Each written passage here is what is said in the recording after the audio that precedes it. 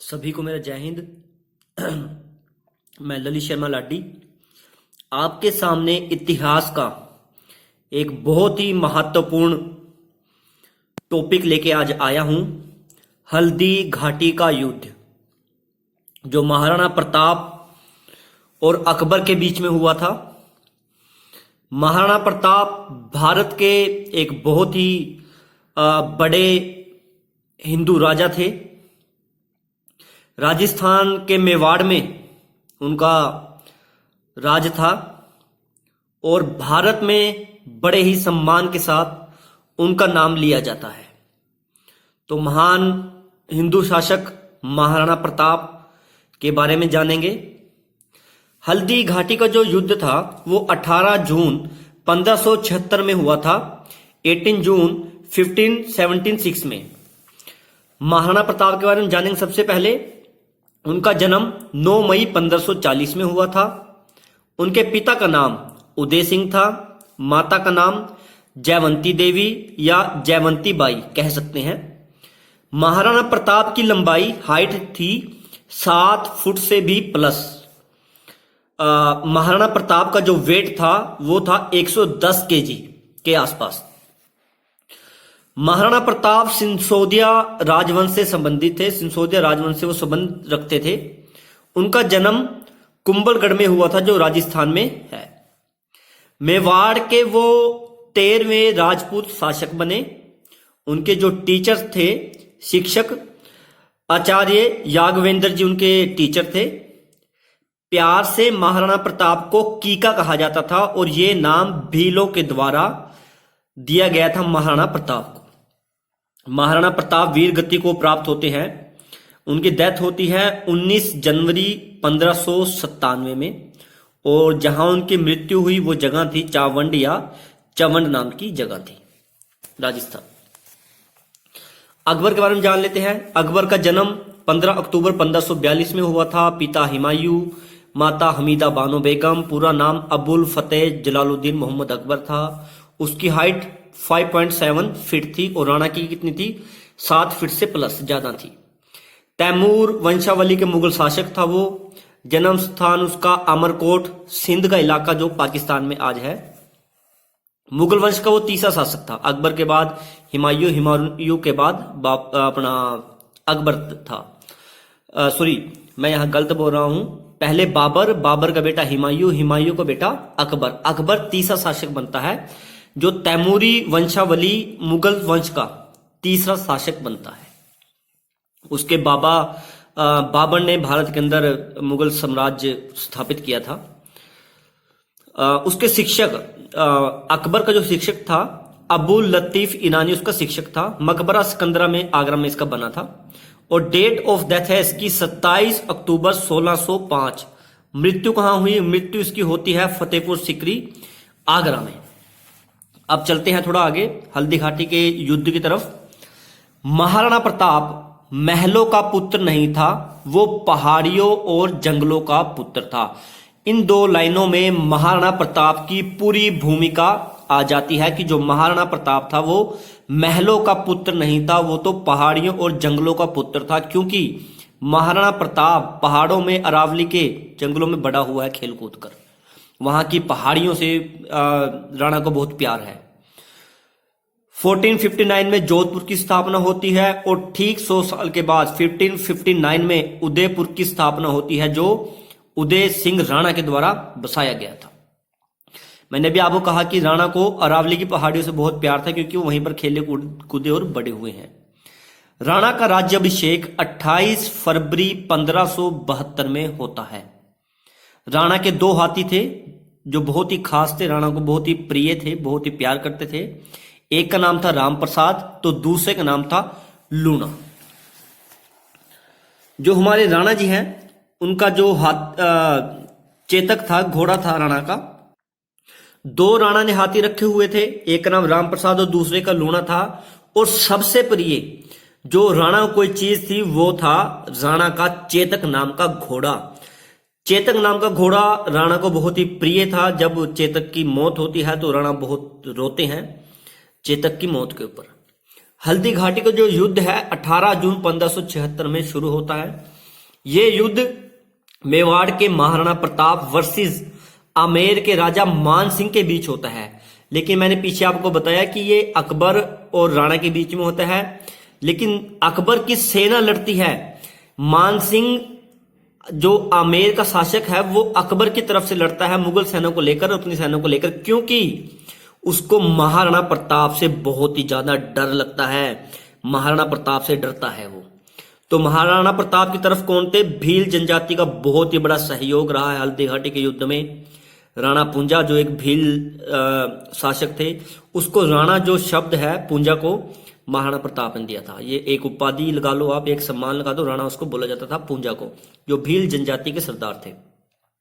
भीम सिंह थे, रामदास राठौर थे, रामसा तोमर थे, हकीम खान सूरी थे, भामासा। हकीम खान जो सूरी है ये उसके सेनापति भी है महाराणा प्रताप के। भामासा थे, ताराचंद थे, बिंदा झाला या झालामान थे, और आमेर के राजा मान सिंह जो किसकी तरफ से लड़ रहे थे? अकबर की तरफ से लड़ रहे थे हल्दी घाटी के युद्ध में। सैयद अहमद खां, सैयद हाशिम, जगन्नाथ कछवाहा, आशफ खां, माधो सिंह कछवाहा, मुल्ला काजी खां, रायो लोनकर्ण, मेहतार खां, ये सब लड़ते हैं अकबर की तरफ से। जेएमबीटी समझिए क्या है? जेएमबीटी एक मैंने फुल फॉर्म का इसका छोटा कर लिया जेएमबीटी को। जेएमबीटी का क्या मतलब है? जे की फुल फॉर्म क्या है? जलाल खां। एम का मतलब मान सिंह, बी का मतलब भगवान दास, टी का मतलब टोडरमल। ये जेएमबीटी, ये जो चार नाम है ये बारी बारी सर आते हैं राणा के पास संधि के लिए कि राणा जी मान जाओ, आप अकबर से संधि कर लो। आप अकबर के साथ नहीं लड़ सकते, वो पूरे भारत का शासक है, मुगल शासक है। पूरे राजस्थान जो है सभी ने उसके सामने घुटने टेक दिए हैं, राजस्थान के बड़े बड़े राणाओं ने, बड़े बड़े शासकों ने, कि महाराणा प्रताप आप मान जाइए और आप भी उसकी अधीनता स्वीकार कर ले, अधीनता स्वीकार कर लो आप भी अकबर की। तो राणा क्या कहते हैं कि मैं मरते दम तक अकबर की अधीनता स्वीकार नहीं करूंगा। उससे आगे हल्दी घाटी की लड़ाई से पहले अकबर ने संधि के लिए अपने दूत भेजे हैं राणा के पास। और अकबर क्या चाहता था कि जो राजस्थान के दूसरे शासक हैं सेम वैसे ही अकबर की अधीनता स्वीकार करे राणा। देखिए राणा जी हमारे मना कर देते हैं। नेक्स्ट, उदयपुर के पास गोगुंदा शहर के लगभग 14 मील बन जाते हैं, 23 किलोमीटर के आसपास की दूरी पर एक खामनौर गांव है। उसके पास चट्टाने हैं, अरावली की पहाड़ी भी पड़ती है साथ में, जिसे हल्दी घाटी की चट्टाने या हल्दी घाटी कहा जाता है, क्योंकि यहां पर जो पाउडर निकलता है पीले रंग का वो हल्दी के रंग जैसा है, इसलिए इसका नाम हल्दी घाटी पड़ जाता है। और इसी कारण इस लड़ाई का नाम, यहां पे लड़ाई होती है खमनौर नाम के गांव में, हल्दी घाटी की लड़ाई कहा जाता है। महाराणा प्रताप की तरफ से कहा जाता है कि 3000 घुड़सवार, 400 भील धनुर्धारी की सेना, इन सबको लेकर राणा मैदान में उतरे थे। और मुगलों की तरफ से 5 से 10 हजार की सेना थी। आमेर के राजा मान सिंह लड़ रहे थे जो अकबर की तरफ से।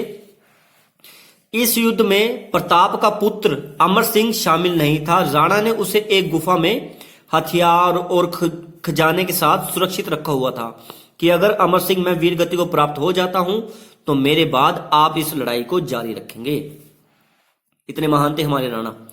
यह युद्ध 3 घंटे से भी ज्यादा चला था। यह युद्ध जो हल्दी घाटी का चला था, यह सूर्य उदय के बाद 3 घंटे बाद शुरू हुआ था। मेवाड़ी जो कवि हैं उनकी कविताओं के अनुसार राणा के पास 20,000 की सेना थी और मान सिंह के पास 80,000 के आसपास की सेना थी इस युद्ध के लिए। इस लड़ाई में मुगल सेना के पास गोला बारूद बंदूकें थी, हाथी दोनों तरफ की सेनाओं के पास थे।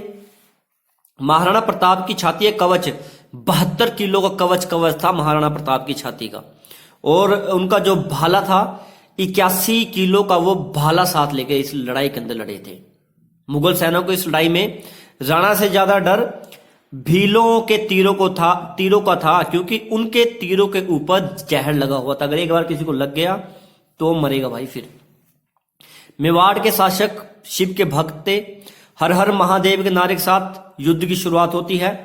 हकीम खां सूरी राणा के सेनापति थे, जो मैं पीछे भी आपको बता चुका हूं। राम सिंह तंवर अपने परिवार सहित इस लड़ाई में वीर गति को प्राप्त हो जाते हैं, राणा के मदद करते हुए। मर्दाना नाम का एक हाथी था जो मानसिंह का हाथी था। इस लड़ाई में राणा को 7 घाव लगे थे, जिनमें से एक गोली थी। इन 7 घाव के अंदर बिंदा झाला या झाला मान ने राणा के घोड़े के ऊपर जो छत्र लगा हुआ था, एक आदमी छत्र लेके साथ साथ चलता था, जिससे यह पता लग जाता था कि भाई युद्ध के अंदर ये राजा है। तो बिंदा झाला ने क्या किया, राणा के घोड़े से छत्र को उतार लिया और अपने घोड़े के ऊपर लगा लिया और जोर जोर से कहने लगा, कहां है अकबर, कहां है अकबर, आ गया राणा, आ गया राणा, सामने आओ, कहां है अकबर।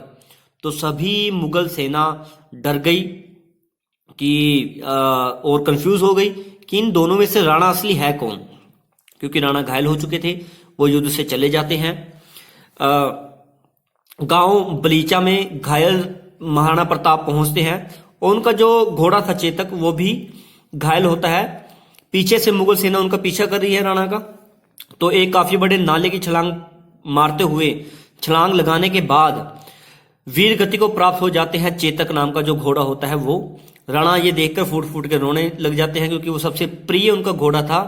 कहा जाता है कि ये जो नाला है, इसकी जो चौड़ाई थी वो 27 फुट थी। इट मीन्स कि चेतक ने 27 फुट की छलांग लगाई थी इस लड़ाई के अंदर राणा को बचाने के लिए। इसके बाद राणा कोलियारी गांव घायल अवस्था में पहुंचते हैं। यहीं पर एक वैद्य उनका उपचार करता है।